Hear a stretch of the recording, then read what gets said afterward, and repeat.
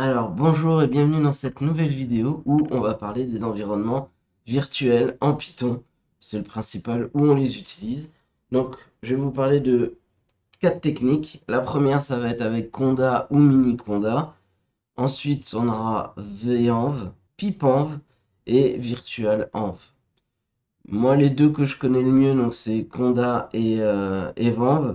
Après, Pipenv et VirtualEnv, ce qui m'embête avec, c'est que déjà, ça nous fait installer des choses en plus, des librairies en plus, alors que par exemple, quitte à utiliser Pipenv ou VirtualEnv aussi bien, puisque là, vous voyez, je précise la version 3.11 dans cette installation, on peut le faire dans les autres. Le problème, c'est que de toute façon, il va utiliser le Python de votre ordinateur que vous aurez installé en local. C'est-à-dire que si vous avez par exemple la 3.11 et que vous voulez installer la 3.13, il faudra installer les deux sur votre ordinateur.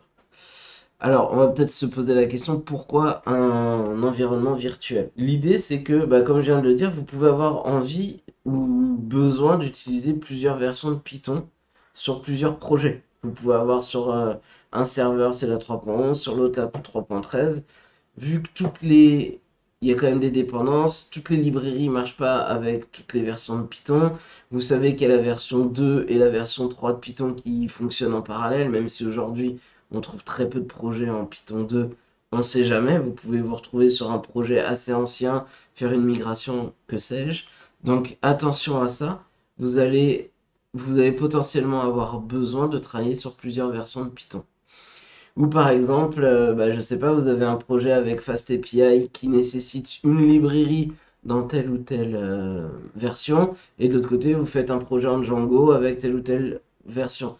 Bah, si par exemple vous faites comme on fait en Node.js, vous installez tout, bah, vous voyez qu'en Node.js, vous installez, les versions sont directement installées sur le projet. Et parfois, vous pouvez avoir le problème quand vous avez deux projets. Par exemple, il y a un projet qui est assez vieux qui va nécessiter Node 20, version 20, et l'autre qui va vouloir la version 22. Et bah là, vous vous retrouvez bien embêté. Et donc, pour résoudre ce problème, Python vous propose donc des environnements virtuels.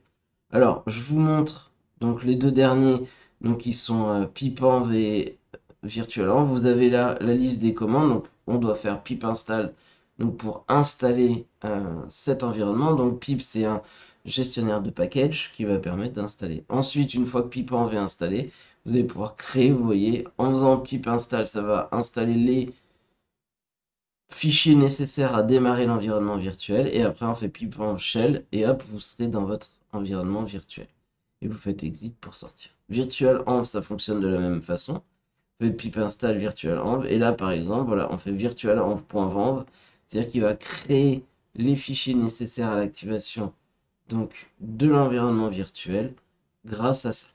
Ensuite donc vous avez source toujours quand vous êtes sur Linux et Mac pour démarrer un script, vous pouvez faire source et ça va le démarrer. Si vous êtes sur Windows, vous faites le activate.bat, ça va démarrer.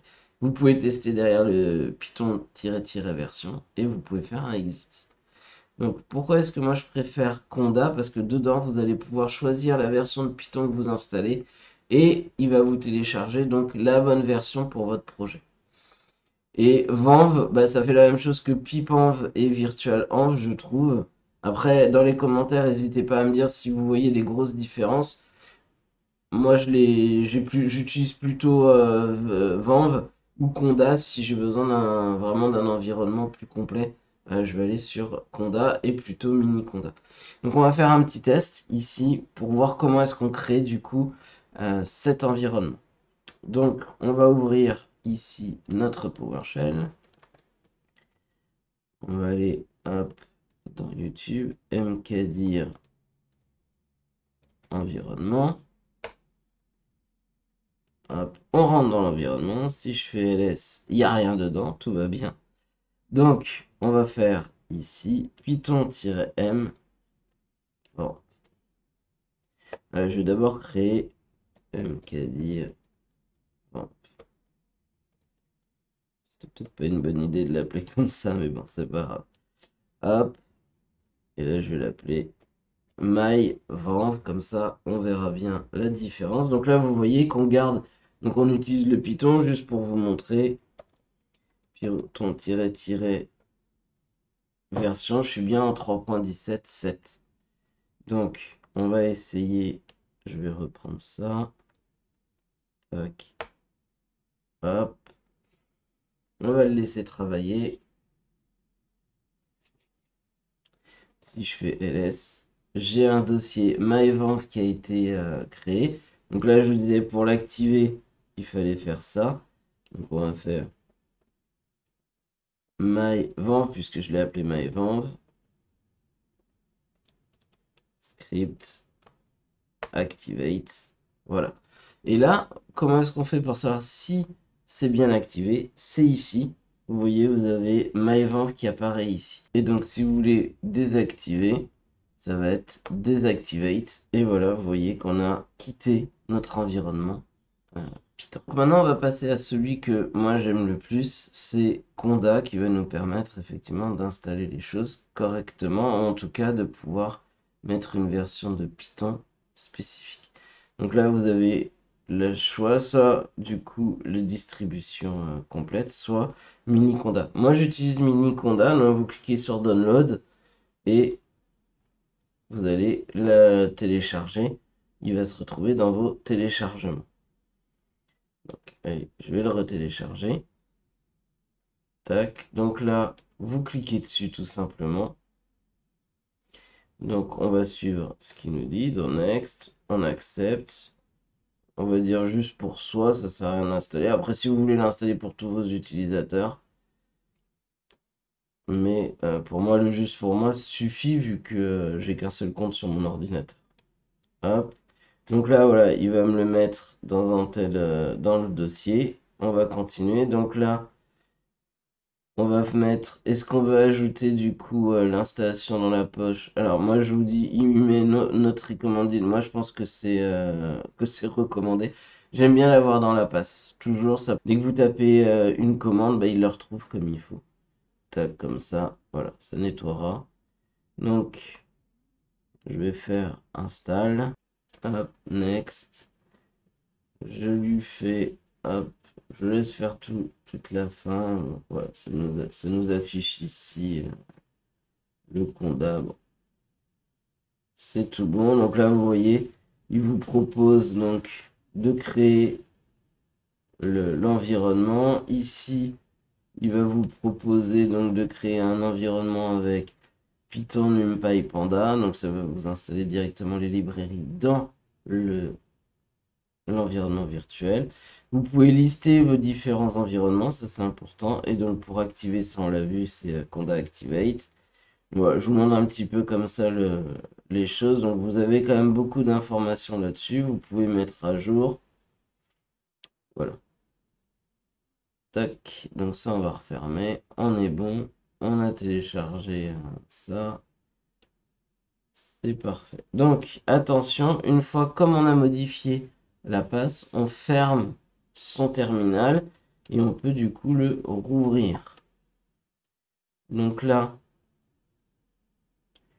tac, on va se rendre ici dans CD.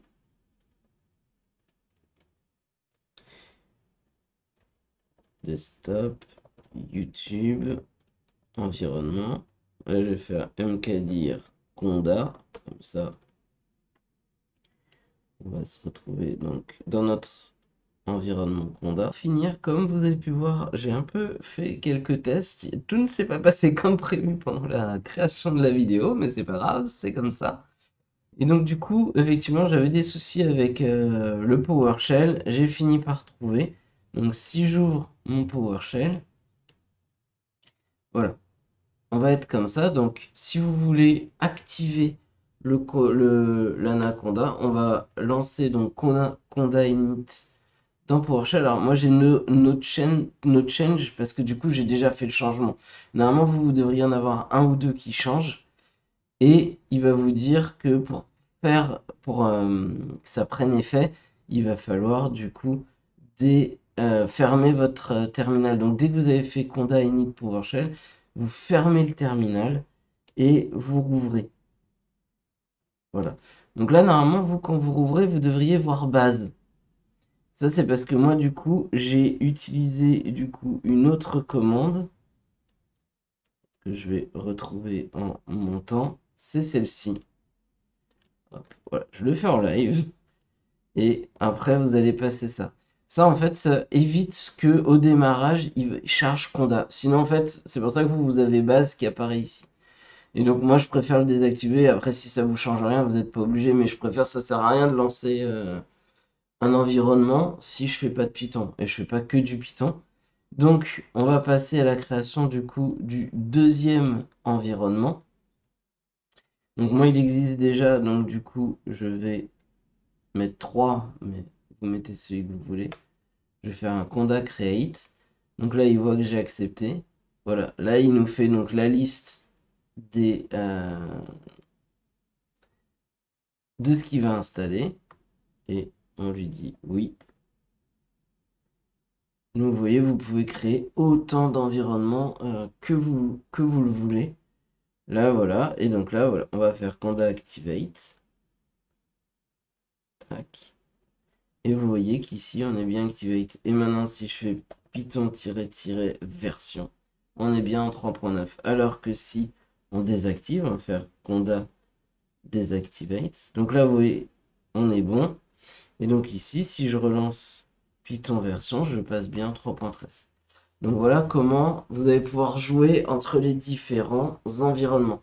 Et comme vous pouvez le voir ici, il installe aussi des librairies, le pip install qui correspond à la version de Python, ce genre de choses. Donc il va vraiment gérer les choses. Vous voyez, c'est quand même beaucoup plus complet que les autres ici, que les autres environnements.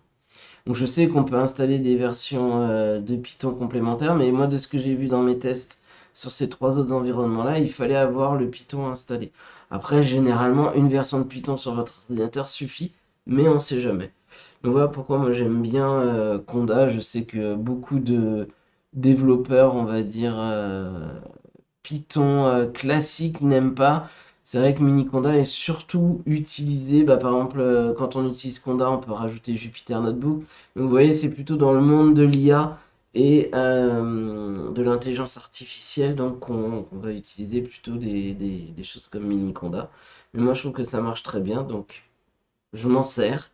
N'hésitez pas dans les commentaires, encore une fois, si vous avez des arguments, je suis prêt à les écouter. Je suis pas un spécialiste du Python, même si j'en fais de plus en plus. Je suis plutôt, comme vous savez, je viens du monde web et Java. Mais bah, plus le temps passe et plus j'apprécie le Python, plus je commence à en faire. Vous allez voir qu'il y aura de plus en plus de vidéos qui viennent du monde Python. Mon idée, c'est d'essayer de vous faire des vidéos, par exemple, bah, se connecter à Olama en local via du Python ou via Next.js ou React pour vous montrer un peu les deux univers qui sont aujourd'hui ceux qui émergent et qui sont en train de prendre le marché. Donc n'hésitez pas, l'idée c'est de vous donner des bases solides. Dites-moi si jamais, pareil, en commentaire, si vous avez des idées, des programmes que vous avez envie de voir ou des librairies que vous voudriez que je teste. Vraiment, ça me fera plaisir de recevoir des commentaires. Et en plus, ça permettra de faire vivre la chaîne. Donc n'hésitez pas, likez, commentez, partagez. On est sur YouTube, c'est quand même le jeu. Donc je vous dis à la prochaine vidéo.